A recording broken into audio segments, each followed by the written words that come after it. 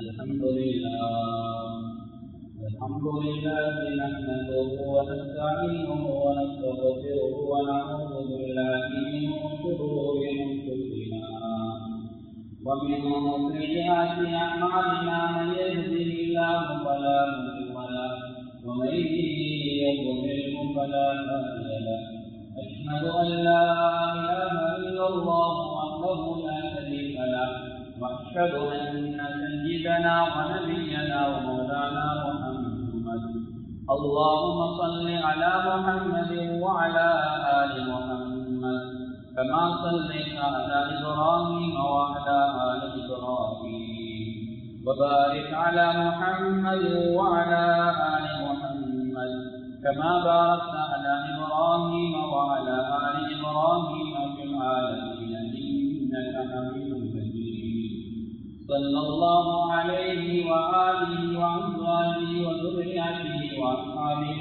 وأهل بيته أجمعين وأوصيكم بعباد الله وإياي أولا بتقوى الله فإن التقوى رؤوس الأمور أما بعد فقد قال الله تبارك وتعالى في كلامه العزيز أعوذ بالله من الشيطان الرجيم بسم الله الرحمن الرحيم ويل للمطففين الذين إذا اكتالوا على الناس يستوفون وإذا كالوهم أو وزنوهم يخسرون ألا يظن أولئك أنهم مبعوثون ليوم عظيم يوم يقوم الناس لرب العالمين صدق الله العظيم அளவற்ற அருளாளன் நிகரற்ற அன்பாளன் ஏக நாயகன் அல்லாஹ் ஒருவனுக்கே புகழ் அனைத்தும் அல்ஹம்துலில்லாஹ். அந்த அல்லாஹுவை போற்றுகின்றேன், புகழுகின்றேன். அந்த அல்லாஹ்வுடைய உயரிய பெயர் நாமம் கூறி இன்றைய குத்துபா பிரசங்கத்தை ஆரம்பம் செய்கிறேன். ஸலாத்தும் ஸலாமும் நேரும் மேலான கண்மணி நாயகம் முஹம்மது முஸ்தபா ஸல்லல்லாஹு அலைஹி வஸல்லம் அவர்கள் மீதும் அன்னாரின் அடித்தோடுகளை அனுபவம் சகாத தமது வாழ்விலை பின்பற்றி வெற்றிகளை கண்ட அருமை சஹாபாக்கள், தாபிஊன்கள், தபஉ தாபிஈன்கள், முஸ்லிமான முஃமினான ஆண்கள் பெண்கள் யாவரையும் அல்லாஹ்வுடைய சாந்தியும் சமாதானமும் என்றென்றும் உண்டாவதாக. எந்த ஒரு நாள் உலகம் அந்ததுக்கு பின்னால் மேலான ஜன்னத்துல் ஃபிர்தௌஸ் கூடியாக கிடைக்கட்டுமாக என்று துஆ செய்கிறேன். அல்லாஹ்வுடைய கடமையை நிறைவேற்றுவதற்காக அல்லாஹ் விரும்பக்கூடிய இடமாகிய அவனது மாளிகையிலே நல்லதை கேட்போம், அதன்படி நடப்போம், அதன்பால் அழைப்போம், அதனூடாக நாளைய மறுமையை எளிய சுவர்க்கமாகிய ஜன்னத்துல் ஃபிர்தௌஸிலே குடியிருப்போம் என்ற எண்ணத்தை உள்ளத்திலே ஆழமாக வைத்து காப்புடைய நியமத்தோடு அல்லாஹ்வுடைய மஸ்ஜிதிலே வந்து அமர்ந்திருக்கக்கூடிய நல்லவர்களே, வல்லவர்களே, வர இருக்கின்ற வாலிபர்களே, வயதிகளே, அல்லாஹ்வுடைய எல்லா சந்தர்ப்பங்களிலும் பயந்து கொள்ளுமாறும் முதலாவதாக எனக்கும் அப்பாலுங்களுக்கும் அல்லாஹ்வுடைய இரகசியமாகவும் பரகசியமாகவும் உள்ளூரிலும் வெளியூரிலும் தனிமையிலும் கூட்டாகவும் அறிமுகமானவர் மத்தியிலும் அறிமுகம் இல்லாதவர்கள் மத்தியிலும் செழிப்பாக சந்தோஷமாக இருக்கின்ற கட்டங்களிலும் சோர்வான சங்கடமான கட்டங்களிலும் எல்லா சந்தர்ப்பங்களிலும் அல்லாஹ் எங்களை பார்த்து கொண்டிருக்கிறான் என்ற ஒரே ஒரு சிந்தனையோடு எங்களுடைய எல்லா செயல்களையும் எல்லா அசைவுகளையும் நகர்த்துமாறு எனக்கும் உங்களுக்கும் வசியம் செய்தீர்கள். அன்பான அல்லாஹ்வின் நல்லடியார்களே, பேரன்பு மிக்க சகோதரர்களே, அல்லாஹ் சுப்ஹானஹு வ தஆலா இந்த உலகத்திலே மனித குலத்தை அல்லாஹ் சிறந்தவர்களாக அல்லாஹ் இருக்கிறார்.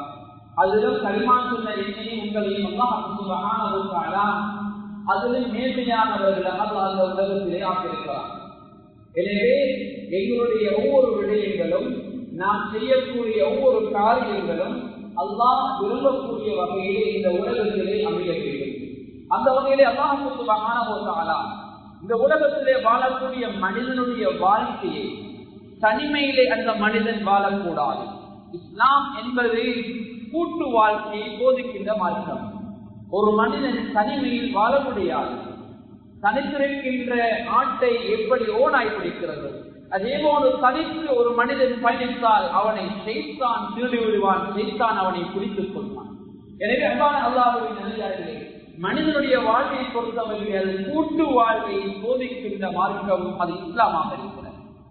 கணவன் மனைவி என்ற ஒரு கூட்டு வாழ்வு, தனிமையில் செய்ய முடியாத நிறைய விடயங்களை திருமணம் முடித்ததற்கு பின்னால் கணவன் மனைவியாக இருந்து செய்து கொள்ளலாம்.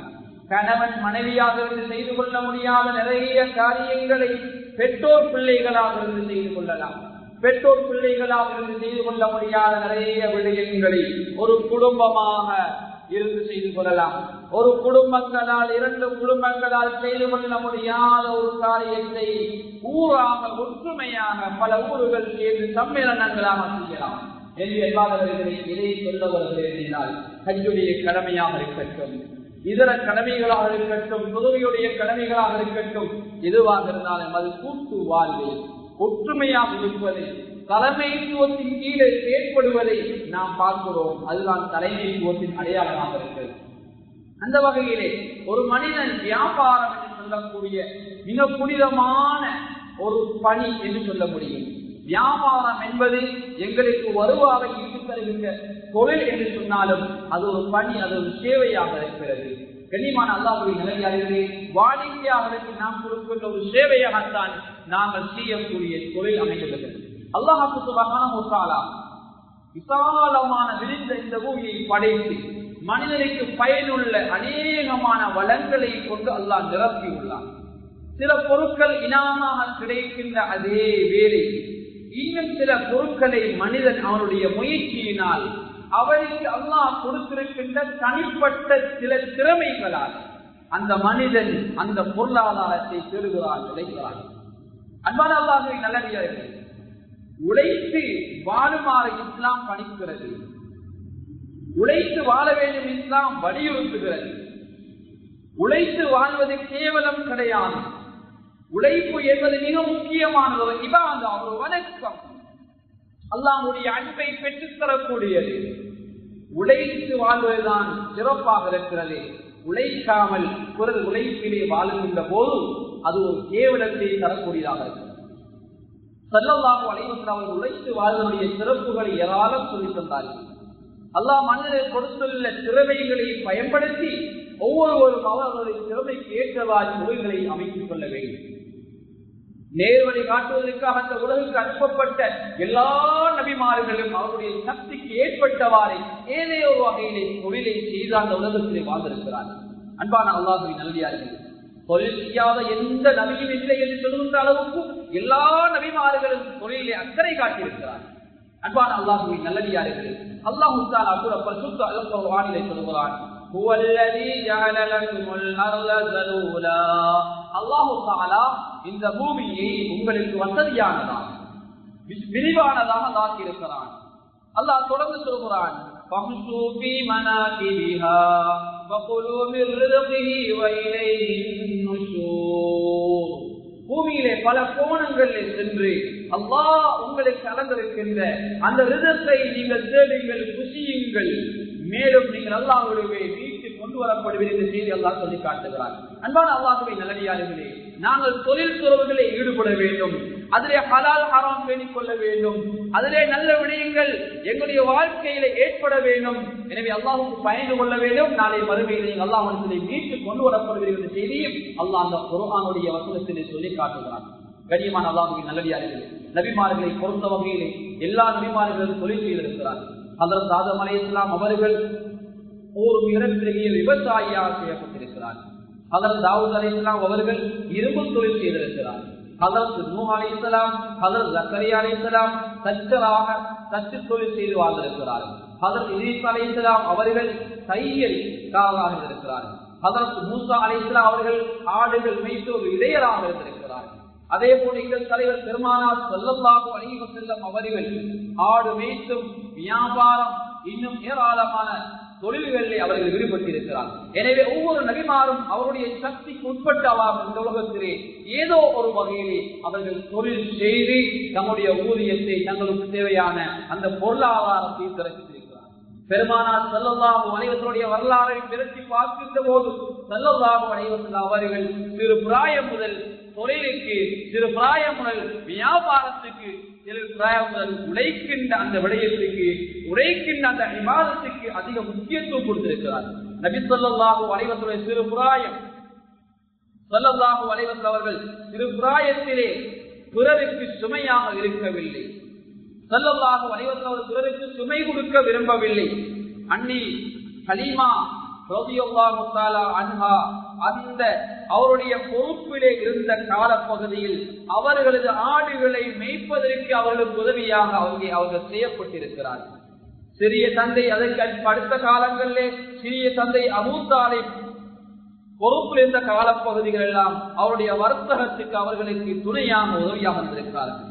வாலிப பருவத்தை எடுத்துக்கொண்டால் கதீஜா அம்மையார் மிகப்பெரிய சீமாட்டி, அந்த மக்காவிலே மிகப்பெரிய சீமாட்டி கதீஜா ரலியல்லாஹு தஆலா அன்ஹா அவர்களுடைய வியாபாரம் கொடிகட்டி பறப்பதற்கு ஸல்லல்லாஹு அலைஹி வஸல்லம் வியாபார நுட்பம், வியாபார தந்திரம், வியாபாரத்திலே அவர்கள் பெற்றிருந்த அந்த திறமைகள் எடுத்துக்காட்டுகின்றன. எனவே அன்பான அல்லாஹ்வின் நல்லடியார்களே, இதுவெல்லாம் எதை எங்களுக்கு சொல்லித் தருகிறது? தொழில் செய்வது இழிவு கிடையாது, தொழில் செய்வது கௌரவம். ஒரு மனிதன் வெற்றி கிடை வைத்துக் கொண்டு அவன் முன்னேறுவது என்பதும் அது இஸ்லாம் விரும்புகின்ற ஒன்றாகும். பிறர் உழைப்பிலே வாழக்கூடாது என்பதை இஸ்லாம் எங்களுக்கு தெளிவாக சொல்லிக் காட்டுகிறது. அன்பான அல்லாஹ்வின் நல்லடியார்களே, அது மாத்திரமல்ல, ஒவ்வொரு மனிதனுக்கும் அல்லாஹ் பல வகையான திறமைகளை கொடுத்திருக்கிறார். அந்த திறமைகளை பயன்படுத்தி அவன் அவனுடைய சக்திக்கு உட்பட்டவாறு அவனுடைய பொருளாதாரத்தை திரட்டலாம். மார்க்கத்திலே தடை கிடையாது. ஸல்லல்லாஹு அலைஹி வஸல்லம் அவர்கள் சொல்கின்றார்கள், நீங்கள் மக்களிடம் எதையும் யாசிக்க வேண்டாம், யாசகம் கேட்க வேண்டாம். நீங்கள் பயணம் செய்து கொண்டிருக்கின்ற போது உங்களது சாட்டை கீழே விழுந்து விட்டால் அதற்காக பிறரிடம் உதவி கேட்க வேண்டாம். வாகனத்தில் இருந்து நீங்களே இறங்கி அதை எடுத்துக் கொள்ளுங்கள் என்ற செய்தியை ஸல்லல்லாஹு அலைஹி வஸல்லம் சொல்கின்றார்கள். இது அஹ்மதிலே பதிவு செய்யப்பட்ட ஹதீஸ். நாங்கள் பயணம் செய்கின்ற போது எங்களுடைய பொருள் ஒன்று தவறி கீழே விழுந்து விட்டால் அல்லது எங்களுடைய சாட்டை ஒன்று கீழே விழுந்து விட்டால், கண்ணியமானவர்களே, அதை நாங்களே இறங்கி எடுத்துக் கொள்ள வேண்டும். பிறருக்கு சுமை கொடுக்க கூடாது, பிறருக்கு கஷ்டம் கொடுக்க கூடாது என்பதை இந்த ஹதீஸ் எடுத்து காட்டுகிறது. இந்த இடத்திலே சாட்டை என்று பயன்படுத்தியிருக்கிறது. கண்ணியமான அல்லாஹ்வின் நபிமார்கள், முன்னால் வாழ்ந்தவர்கள் பயணங்கள் போகின்ற போது அவர்களுக்கு உதவியாக துணையாக ஒரு சாட்டையை வைத்துக் கொண்டிருப்பார்கள். அதற்கு குர்ஆனிலே அல்லாஹ் தஆலா ஹஜ்ரத் மூஸா அலைஹிஸ்ஸலாம் அவருடைய சாட்டை, அவருடைய பெருமை பேசியிருக்கிறார். அன்பான அல்லாஹ்வின் நல்லடியார்களே, இப்படி ஏராளமான நபிமார்களுடைய வரலாறுகளை குர்ஆனிலே அல்லாஹ் பேசுகின்ற போது அவர்களுக்கு இந்த சிறப்பம்சங்கள் என்ற விடயத்தையும் அல்லாஹ் பேசியிருக்கிறார். எனவே அன்பான அல்லாஹ்வின் நல்லடியார்களே, எனவே பிறருடைய உதவி, பிறருக்கு சிரமம் கொடுக்காமல் இந்த உலகத்திலே நாம் வாழ்ந்து கொள்ள வேண்டும் என்பதைத்தான் இஸ்லாம் வலியுறுத்தியிருக்கிறது. இஸ்லாம் அதைத்தான் வழிகாட்டுகிறது.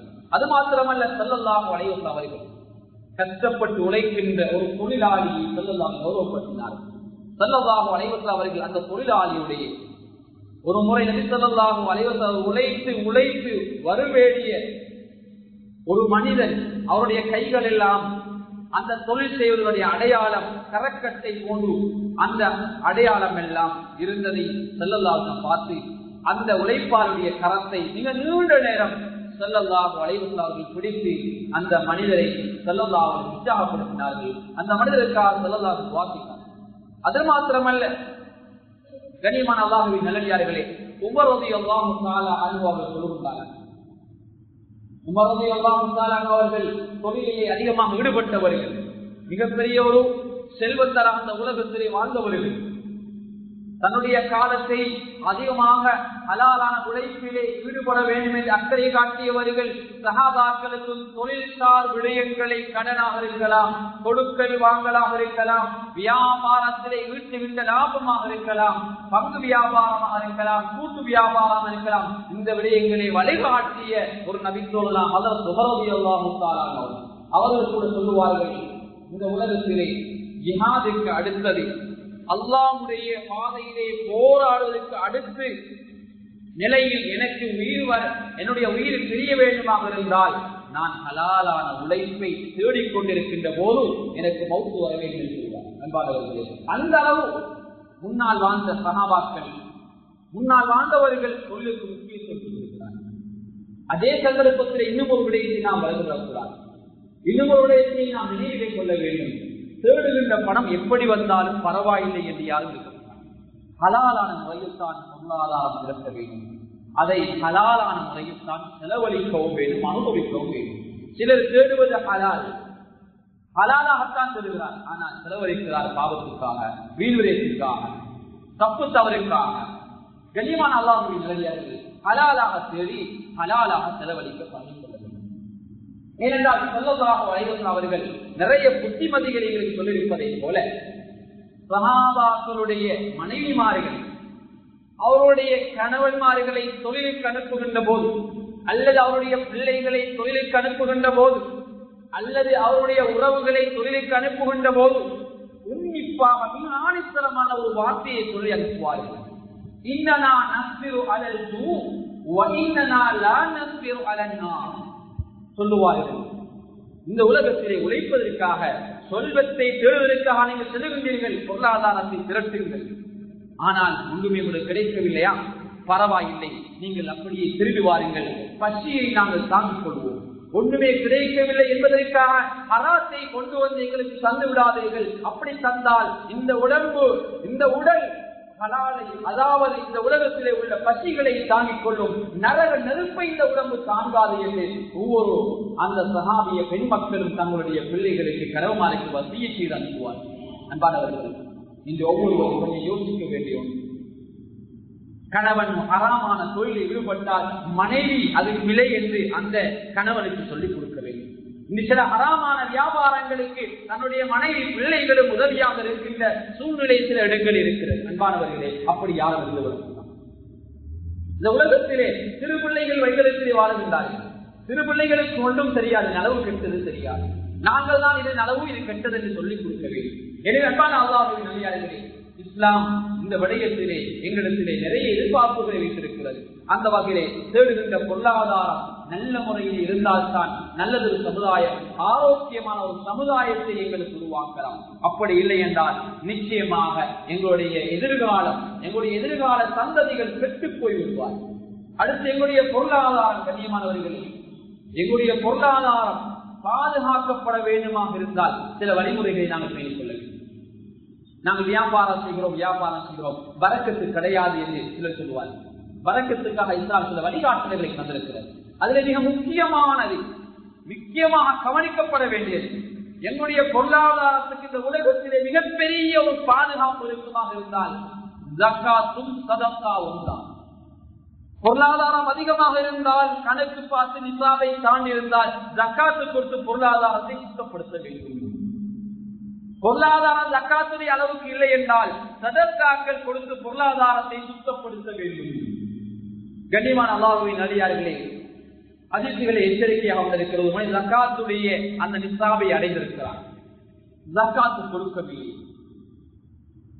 ஏழை எளிய மக்களுடைய குறிப்பிட்ட கூட்டத்துடைய பொருளாதாரத்திலே கலந்திருக்குமாக இருந்தால் அவருடைய மூலதனத்தையும் சேர்த்து அந்த பொருளாதாரம் அழிக்கப்பட்டு விடும் என்ற செய்தியை சொல்லலாம். எனவே கண்ணியமான அல்லாஹ்வின் நல்லடியார்களே, எங்களுடைய பொருளாதாரத்துக்கு மிகப்பெரிய பாதுகாப்பு சதக்காவும் ஜக்காத்தும். இதை நாங்கள் கடைபிடித்துக் கொள்ள வேண்டும். சதக்கா என்பது வேற, ஜக்காத் என்பது வேற. சதக்கா என்பது புதுசையை கொடுக்கலாம், பழசையை கொடுக்கலாம், எவ்வளவு ரூபாய் கொடுக்கலாம், முஸ்லீம்களுக்கு கொடுக்கலாம், முஸ்லீம் அல்லாதவர்களுக்கு கொடுக்கலாம், இப்பவும் கொடுக்கலாம், இன்னும் கொஞ்ச நேரத்துக்கு கொடுத்து விடலாம், புதுசையை கொடுக்கலாம், பழசையை கொடுக்கலாம். அளவு என்பது கிடையாது. சிறுபிள்ளைகளுக்கு கொடுக்கலாம், பெரியவர்களுக்கு கொடுக்கலாம். கண்ணியமான அல்லாஹ்வின் நல்லடியார்களே, அதுக்கு ஒரு காலம் கிடையாது, குறிப்பிட்ட பொருள் கிடையாது, குறிப்பிட்ட தொகை கிடையாது. ஆனால் ஜக்காத்தை பொறுத்தவர்கள் அது அப்படி அல்ல. ஜக்காத் வாஜிப், கட்டாயமானது. குறிப்பிட்ட சில பொருட்கள் தான் ஜக்காத்து கொடுக்க வேண்டும். குறிப்பிட்ட சேர்த்து கூட்டம் இதற்குத்தான் ஜக்காத்து கொடுக்க வேண்டும். குறிப்பிட்ட அந்த காலங்கள் தான் ஜக்காத்து கொடுக்க வேண்டும். குறிப்பிட்ட அளவு நிசாபை தாண்டி இருந்தால் தான் ஜக்காத்து கொடுக்க வேண்டும். அன்பான அல்லாஹ்வின் நல்லடியார்களே, இந்த இரண்டும் ஒரு மனிதனுடைய பொருளாதாரத்தை சுத்தப்படுத்த அல்லாஹ் தந்திருக்கின்ற மிகப்பெரிய பாதுகாப்பு என்பதை நாம் மறந்துவிடக் கூடாது. அல்லாஹ் தஆலா கூட பரிசுத்த அல் குர்ஆனிலே சொல்லுகின்றான், வமா அன்ஃபக்தும் மின் ஷைஇன் ஃபஹுவ யுக்லிஃப். நீங்கள் செலவழிக்கின்ற ஒன்றுக்கும் அல்லாஹ் பிரதிபகாரம் தராமல் விட மாட்டான். நீங்கள் செலவழிப்பதெல்லாம் அது உங்களுக்கு சேமிப்பு என்பதை அல்லாஹ் சொல்லுகின்றான். அன்பானவர்களே, நாங்கள் 1 ரூபாய் கொடுத்தால் அல்லாஹ் எங்களுக்கு 10 ரூபாய் தருகிறான். நாங்கள் 10 ரூபாய் கொடுத்தால் அல்லாஹ் எங்களுக்கு 100 ரூபாய் தருகிறான். நாங்கள் 100 ரூபாய் கொடுத்தால் அல்லாஹ் எங்களுக்கு 1000 ரூபாய் தருகிறான். நாங்கள் 1000 ரூபாய் கொடுத்தால் அல்லாஹ் எங்களுக்கு 10,000 ரூபாய் தருகிறான். நாங்கள் 10,000 ரூபாய் கொடுத்தால் அல்லாஹ் எங்களுக்கு 1,00,000 தருகிறான். ஒன்றை 10ஆக ஆக்கி தருகிறான். அதனோடு நின்று விடாது. கண்ணியமான அல்லாஹ்வின் நல்லடியார்களே, அது அல்லாஹ் அந்த உலகத்திலே தருவது மாத்திரமல்ல, மௌத்துக்கு பின்னாலும் அல்லாஹ் நிறைய இரட்டிப்பாக ஆக்கியதை தர இருக்கிறான். அது மாத்திரம் பாபு சதகா, சதகாவுடைய வாயிலை கூட அல்லாஹ் தனவந்தர்களுக்கு மாத்திரமல்ல, இந்த உலகத்திலே ஏழைகளாக இருந்து கூட தர்மம் கொடுத்த அந்த ஏழைகளுக்கும் சதகாவுடைய வாயில் நாளை மறுமையில் இருக்கிறது என்பதை நாம் அறிந்து கொள்ளலாம். எனவே அன்பான அல்லாஹ்வின் நல்லடியார்களே, முதலாவது என்னுடைய பொருளாதாரத்தை பாதுகாக்க சதகா ஜகாத்தை நாங்கள் கொடுத்துக் கொள்ள வேண்டும். இரண்டாவது என்னுடைய பொருளாதாரம், எங்களுடைய வியாபாரம், எங்களுடைய விவசாயம் பாதுகாக்கப்பட செய்ய வேண்டியது. குடும்ப உறவுகளோடு சேர்ந்து கொள்ள வேண்டும். குடும்ப உறவுகளை நாங்கள் கவனித்துக் கொள்ள வேண்டும். எங்களை வாயிலே பரக்கத்து வேண்டுமா, குடும்ப உறவுகளோடு சேர்ந்து கொள்ள வேண்டும். இன்று சிலர் என்ன செய்வார்கள், நல்ல முறையில் இருப்பார்கள்.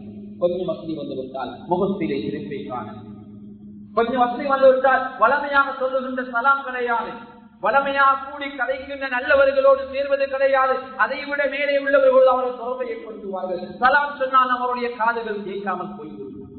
கண்ணியமான அல்லாஹ் நாட்கள் நடந்துவிடக்கூடாது. பணம் செல்வம் வர வர ஒரு மனிதன் தான் போகவே தவிர அவன் மேலே போகிறான். அவன் அதை விட கீழே உள்ளவர்களை தான் பார்க்க வேண்டுமே தவிர அதை விட மேலே உள்ளவர்களை பார்க்க கூடாது. அப்படி பார்த்தால் அல்லாஹ் எங்களுக்கு ஒன்றுமே தரையில்லை, அல்லாஹ்வுடைய நேமத்தை எங்களுக்கு பெரிதாக வழங்காது. அன்பான அல்லாஹ், இந்த உலகத்திலே அல்லாஹ் பொருளாதார மூலமாக சில மனிதரை சோதிக்கிறான். மறந்திருக்க பணம் இல்லை, பிச்சை கேட்கிறார்கள். நான் உதவியில்லா அல்லாஹ் பாதுகாக்க வேண்டும். மறந்திருக்க பணம் இல்லை, பள்ளியுடைய கடிதங்கள் எடுத்துக்கொண்டு எல்லா இடங்களிலும் அடைக்கிறார்கள். உண்டு கொள்ள வழி இல்லை, அதற்காக வயிற்றிலே நாரிப்போர் என்ற உடம்புக்காக சில பொருளாதாரம் வசதி குறைவு என்பதற்காக ஒருபடி சோத்துக்காக வசூல் பண்ணுகின்ற ஒரு நிலைமை, பிள்ளையுடைய படிப்புக்காக அங்கிருந்தும் அடைகின்ற ஒரு நிலைமை. அன்பான அல்லாஹ், அல்லாஹ் பாதுகாக்க வேண்டும். இப்படியான நிலைமைகள், அந்த வறுமைகள் வந்துவிடக்கூடாது. அதனால் தான் ஸல்லல்லாஹு அலைஹி வஸல்லம் துஆ செய்தார்கள், அல்லாஹும்ம இன்னி அஊது பிக மினல் குஃப்ரி வல் ஃபக்ர். யா அல்லாஹ், குஃப்ரை விட்டும் அந்த ஏழ்மைத்தனத்தை விட்டும் என்னை பாதுகாப்பாயா. ஒரு மனிதனுக்கு வறுமை வந்து விட்டால், ஒரு மனிதனுக்கு கஷ்டம் வந்து விட்டால், அந்த மனிதன் என்ன செய்வது அறியாது என்று அந்த நாவுகள் பொய் சொல்ல துடிக்கும், கைகள் பாவங்களை செய்ய துடிக்கும், உடம்பு பாவங்களை செய்தாவது பொருளாதாரத்தை திரட்ட வேண்டும் என்று நினைக்கும். சில வேளை தான் ஏற்றிருக்கின்ற மார்க்கத்தை கூட விட்டுவிட்டு முருத்ததாக வேண்டிய குப்புறாக வேண்டிய ஒரு நிலைமை ஏற்படும். பொருளாதாரம் இல்லாதவர்களாக பாதுகாக்க வேண்டும். அல்லாஹ் தந்திருக்கின்ற பொருளாதாரங்களை நாங்கள் பாதுகாக்க செய்ய வேண்டியது சதக்கா ஜகாத்து கொடுப்பது. அடுத்ததாக குடும்ப உறவுகளோடு நாங்கள் சேர்ந்து மற்றவர்களுக்கும் அதிலே ஒரு பங்கை கொடுத்து அவர்கள் உதவி செய்ய வேண்டும். அது எங்களுடைய வாழ்க்கையில் இருக்க வேண்டும். அடுத்த கண்ணியமான அல்லாஹ்வின் நல்லடியார்களே, மூன்றாவது தவக்குல், அல்லாஹ் மீதுதான் நம்பிக்கை வைக்கும். பொருளாதாரத்தை தருபவன் அல்லாஹ், விடுப்பவன் அல்லாஹ்.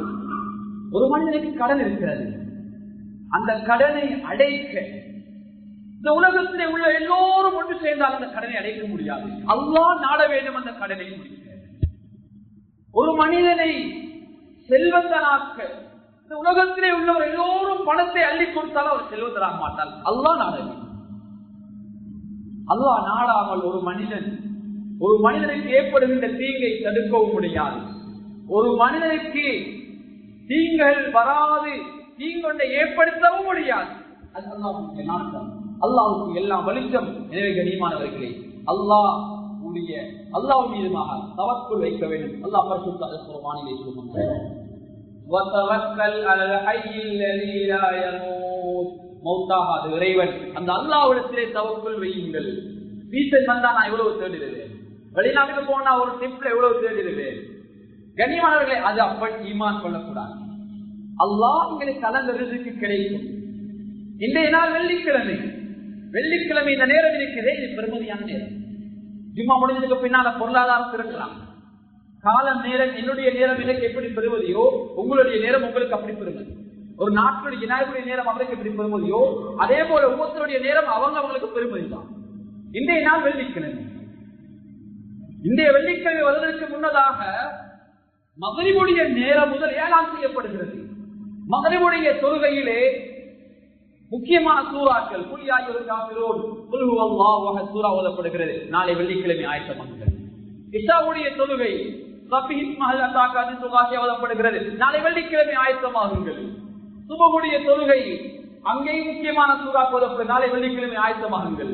கண்ணியமானவர்களே, இந்த வெள்ளிக்கிழமைக்கு முன்னதாக சில அறிவித்தல்களோடு இந்த வெள்ளிக்கிழமை எங்களை வந்தடைகிறது. இன்றைய நாள் பெருமதி. இன்றைய நாள் சூறா கவுத்துக்கு நன்மை வேறு.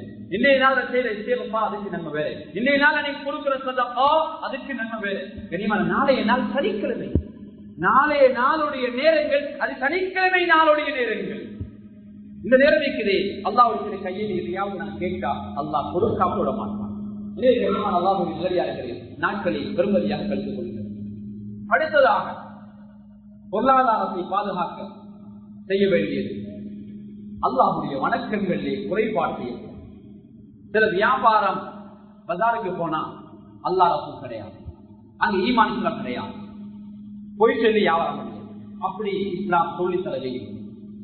ஸல்லல்லாஹு அலைஹி வஸல்லம் அவர்கள் ஹதீஸ்களோட தெளிவாக சொல்லி தந்தார்கள். நேர்மையான வியாபாரியை பற்றி ஸல்லல்லாஹு அலைஹி வஸல்லம் சொல்லுகின்றார்கள்.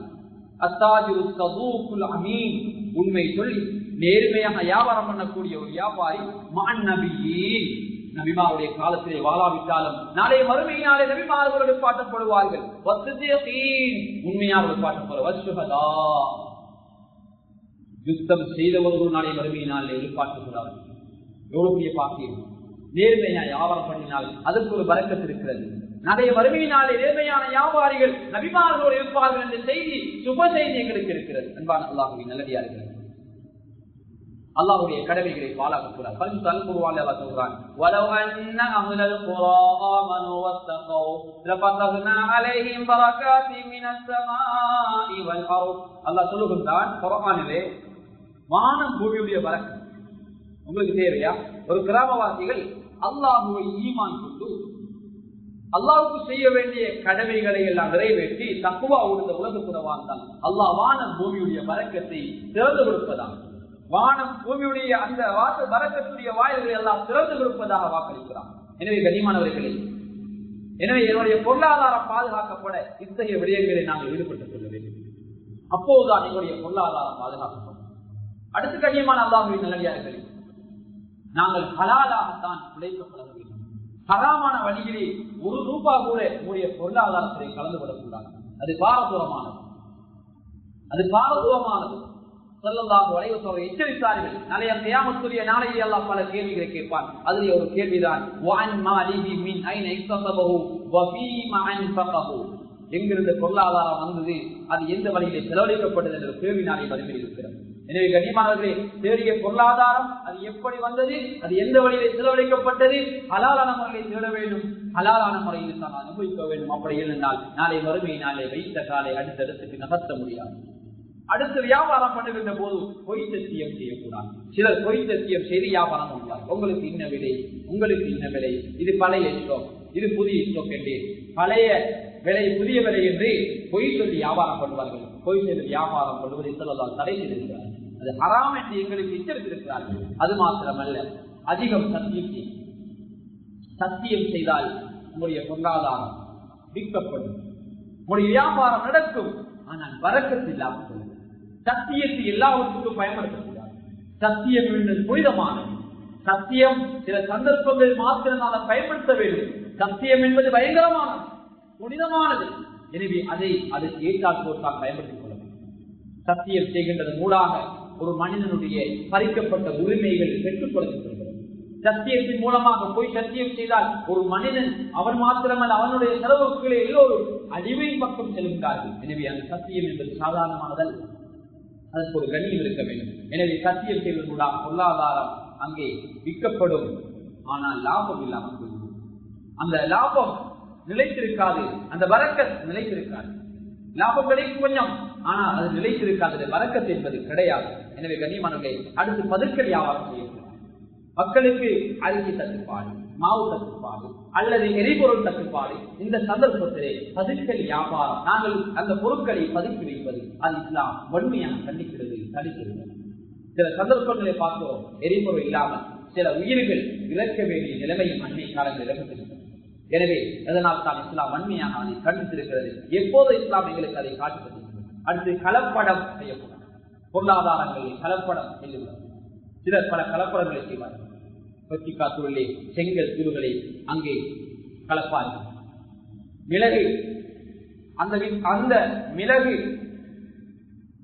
மிளகிலே பப்புழுக்காயில் சொல்லக்கூடிய அந்த பழத்தினுடைய விதைகளை கலப்பார்கள். கண்ணியமானவர்களே, இப்படி நிறைய கலப்படங்கள் உலகத்திலே இல்லாமல் இல்லை, நடந்திருக்கிறது. எனவே ஒரு முஸ்லிமானவன் எப்போதும் அவன் கலப்படம் அட்டவனான், அவன் எப்போதும் அதாவது தூய்மையானவன் அந்த உலக வாழ்வை அவன் நகர்த்த வேண்டும். அன்பான அல்லாஹ்வின் நல்லடியார்களே, இப்படி எங்களுடைய வாழ்வை நகர்த்துகின்ற போதுதான் அல்லாஹ்வுடைய உயரிய ஒரு அந்தஸ்தை நாங்கள் பெற்றுள்ளோம்.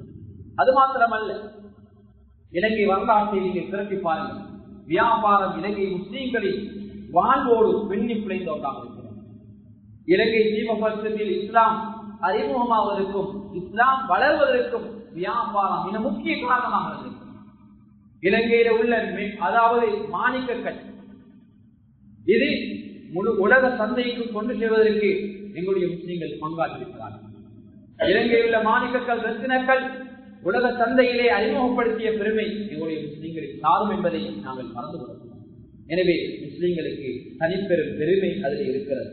எனவே வியாபாரம் செய்கின்ற போது ஹலால் ஹராம் பேணுவதை போன்று நாங்கள் இப்போது நேர்மையை பெறுவோம். அல்லாஹ் தஆலா கூட பரிசுத்த அல் குர்ஆனிலே சொல்கிறான், அளவு நிலையிலே மோசடி செய்யக்கூடியவர்களுக்கு கேடு என்றால் சொல்கிறார். வயலுல் லில் முத்தஃபிஃபீன், அளவு நிலையிலே மோசடி செய்யவர்களுக்கு கேடு என்றால் சொல்லிவிட்டு அல்லதீன இதக்காலு அலன் நாஸி யஸ்ஸூன், என்ன செய்வார்கள்? அவர்கள் அருந்து நிறுத்தி இன்னொரு மீது பொருட்களை வாங்குகின்ற போது சமனாக எடுத்துக் கொள்வார்கள்.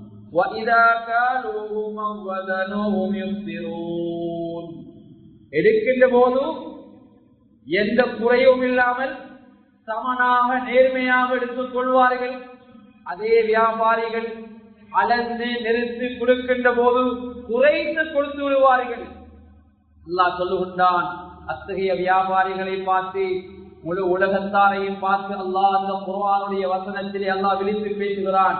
அலா யظنு உலாயிக அன்னஹும் மபூஸூன் லியௌமின் அதீம், மகத்தான ஒரு நாள் இருக்குது, அந்த நாள்ல உங்களை கொண்டு வர மாட்டோம், உங்களை எழுப்ப மாட்டோம் என்றால் நீங்கள் நினைத்து இப்படி நடந்து கொள்கிறீர்கள் என்ற செய்தி அல்லாஹ் கேட்கிறான். தொடர்ந்து அல்லாஹ் சொல்லுகிறான், يوم يقوم الناس لرب العالمين, நாளைய கியாமத்துடைய நாள் எல்லாரையும் அல்லாஹ் தஆலா எடுப்பாட்டி விசாரணை செய்வான் என்ற செய்தி அல்லாஹ் தஆலா பரிசுத்த அல் குர்ஆனிலே சொல்கிறார். அன்பான அல்லாஹ்வின் நல்லடியார்களே, எனவே இந்த விடயங்களை கவனத்தில் எடுத்து நம்முடைய பொருளாதாரத்தை நல்ல முறையில் தேடுவதற்கு நாம் முயற்சி எடுத்துக் கொள்ள வேண்டும். ஹராமான முறையிலே யாரும் தொழிலை ஈடுபடக்கூடாது. ஹராமான தொழில், ஹராமான வழியிலே பொருளாதாரத்தை தேடினால் எங்களுடைய நல்ல மனதை ஏற்றுக்கொள்ளப்படாது. எங்களுடைய பிள்ளைகள் நல்ல முறையிலே வளராது. எங்களுடைய உடம்பு நரகத்துக்குரிய உடம்பாக மாறிவிடும். கெட்ட செயல்கள் தான் எங்களுடைய வாழ்க்கையிலே வெளிப்படும். அது மாத்திரமல்ல, ஹராமான பணம் அது நிலைத்திருக்காது. எனவே கண்ணியமானவர்களே, ஹலாலை இப்போதும் நாங்கள் தேடக்கூடிய மக்களாக மாற வேண்டும். எனவே வியாபாரத்தை எப்போதும் நல்ல முறையிலே, அது தூய்மையான ஒரு வணக்கம் என்பதை மனதிலே எண்ணி நல்ல முறையிலே வியாபாரத்திலே சொல்லி ஈடுபடக்கூடிய மக்களாக இறைவாணி எங்களை கபூல் செய்து விடுவாயா. யா அல்லாஹ், எங்களுக்கு பொருளாதாரத்திலே பரக்கத்தையும் அருளையும் தந்து விடுவாயா. யா அல்லாஹ், பிறருடைய பொருளாதாரத்திலே வாழாமல் சுயமாக உழைத்து வாழக்கூடிய தைரியத்தையும் சக்தியையும் தந்து விடுவாயாக. யா அல்லாஹ், இந்த நாட்டிலே நேர்மையானவர்கள் அந்த நேர்மையான அந்த பெயரை தொடர்ந்து தக்க வைக்க நீயே எங்களுக்கு அனுகூலம் செய்வாயா. எங்களுடைய செயல்கள், எங்களுடைய விரும்பியங்கள் அத்தனையும் நல்லதாக தந்துடுவாயாக. யா அல்லாஹ், நாங்கள் செய்யக்கூடிய எல்லா கருமங்களையும் நீ கபூல் செய்து கொள்வாயாக. யா அல்லாஹ், எங்களுடைய வியாபாரத்தை ஹலாலானதாக 100க்கு 100 ஹலாலானதாக தருவாயாக. அதே போல் நாங்கள் செலவழிக்கக்கூடிய ஒவ்வொரு ரூபாயும் ஹலாலானதாக தருவாயாக. யா அல்லாஹ், அந்த துஆவை சரித்திர திருப்பியை கொண்டு கேட்டுக் கொள்வாயாக. ஆமீன் ஆமீன். வஆஃபிரு தஅவானா அல்ஹம்துலில்லாஹி.